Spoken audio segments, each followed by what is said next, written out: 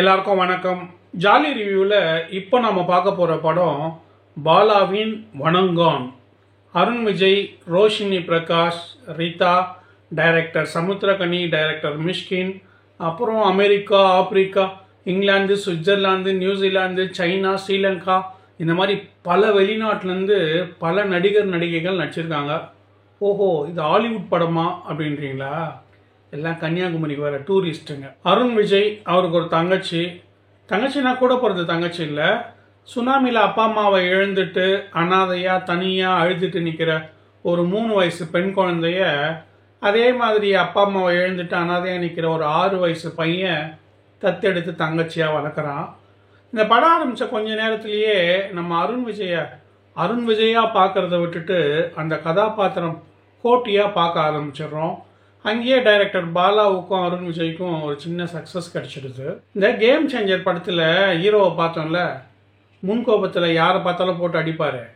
அதே மாதிரி இந்த படத்துலேயும் ஹீரோ யாரை பார்த்தாலும் போட்டு அடிக்கிறாரு. கேம் சேஞ்சர் படத்துலையாவது பரவாயில்ல, அந்த கதாநாயகி கோவத்தை கண்ட்ரோல் பண்ணுறதுக்கு கதாநாயகனுக்கு பல டிப்ஸுகளை சொல்லித்தரோம். இந்த படத்தில் அதுக்கும் வாய்ப்பு இல்லை. ஏன்னா நம்ம கதாநாயகன் போட்டு வெளுக்கிறதே கதாநாயகியை தான். அதை சொல்லியும் தப்பு இல்லை. எப்படா அவன் கை நம்ம மேலே படும்னு ஏங்கி வீங்கி போயிருக்குது. அருண் விஜய் கிட்ட அடி வாங்கி வாயில் ஒழுகுற ரத்தத்தை தொடச்சிக்கின்னு, என்ன தூரத்தை வந்து அடிக்கிற, கொஞ்சம் கிட்ட வந்து கட்டி பிடிச்ச மாதிரி அடி அப்படின்னு கொஞ்சி பேசுது. என்னத்த சொல்கிறது? இந்த படத்தோட கதாநாயகன் வாய் பேச முடியாத, காது கேட்காத ஒரு மாற்றுத்திறனாளி. அவருக்கு தெரிஞ்சதெல்லாம் நீதி, நேர்மை, நியாயம். இதில் ஏதாவது ஒன்று மிஸ் ஆச்சுன்னா அடி உத குத்து. இவனுக்கு வேறு வேலை வெட்டி இல்லாதனால்தான் இப்படி ஊரு பூரா உரிமைக்கிட்டு திரியிறான். ஒரு வேலையை வாங்கி கொடுத்துட்டா பொறுப்பாக நடந்துப்பான்னு முடிவு பண்ணுறாங்க. ரெடிமேடாக ஆதரவற்ற குழந்தைகள் இருக்கிற ஒரு விடுதியில் அவருக்கு வேலை கிடைக்குது. சேர்ந்த கொஞ்ச நாள்லையே அங்கே நடக்கிற அநியாயங்கள் அவர் கண்ணுக்கு தெரியுது. சும்மா இருப்பாரா?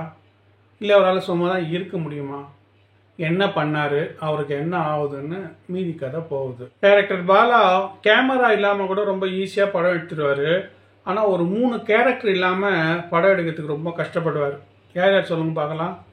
வாய் காது தாண்டி கிழிகிற அளவுக்கு பேசுகிற ஒரு கதாநாயகி, எந்த செக்ஷனுமே சரியாக தெரியாமல் கோர்ட் ரூமில் ஜட்ஜு கிட்ட பல்ப் வாங்குகிற ஒரு போலீஸ் ஆஃபீஸரு, அந்த போலீஸ் ஆஃபீஸரை முடிஞ்ச வரைக்கும் கலாச்சி தள்ளுற ஒரு judge.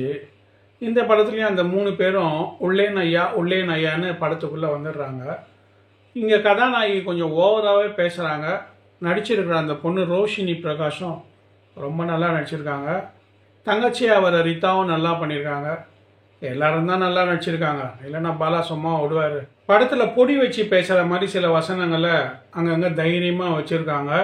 Music GV Prakash opening title மியூசிக்லேயே நம்மளை மிரட்டி தள்ளுறாரு. வழக்கமாக பாலா படங்களில் வர எண்டு ஷாக்கு இந்த படத்துலையும் இருக்குது. அந்த ஷாக்கு தேவையா தேவையில்லையா அப்படின்னு ஒரு பட்டிமன்றமே உங்களுக்குள்ளே ஓடும் படம் பார்த்ததுக்கப்புறம். அந்த ஷாக் இல்லைன்னா படம் ரொம்ப ஃப்ளாட்டாக முடிஞ்சிருக்குமோ அப்படின்னு ஒரு எண்ணம் வரும். சரிடா, ஷாக் கொடுக்குதுன்னு முடிவு பண்ணுறீங்க, அதை கொஞ்சம் முன்னாடியே பில்டப் பண்ணியிருக்கலாமே, சடனாக ஏன் கொடுக்கணும் அப்படின்னு பாலா கிட்டே கேட்க தோணும். சடனாக வரத்துக்கு பேர் தான்டா ஷாக்கு, பின் என்ன ஷாக்கு 10 நாளைக்கு முன்னாடியே லெட்ரு போட்டு அடிக்கும் அப்படின்னு பாலா நக்கலாக நமக்கு பதில் சொல்லார்.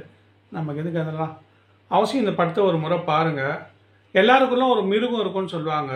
எப்போவாவது அந்த மிருகம் அலாரம் அடித்து தப்பு பண்ண எழுந்துச்சுன்னா இந்த படத்தோட காட்சிகள் ஞாபகத்துக்கு வந்து அந்த மிருகத்தை தாளாட்டி தூங்க வச்சிடும். ஓகே ஃப்ரெண்ட்ஸ், இந்த வீடியோ உங்களுக்கு பிடிச்சிருந்ததுன்னா லைக் பண்ணுங்கள். உங்கள் ஃப்ரெண்ட்ஸு ரிலேட்டிவ்ஸ்க்கு ஷேர் பண்ணி நம்ம சேனலில் அவங்கள சப்ஸ்கிரைப் பண்ண சொல்லுங்கள். அடுத்த வீடியோவில் பார்ப்போம்.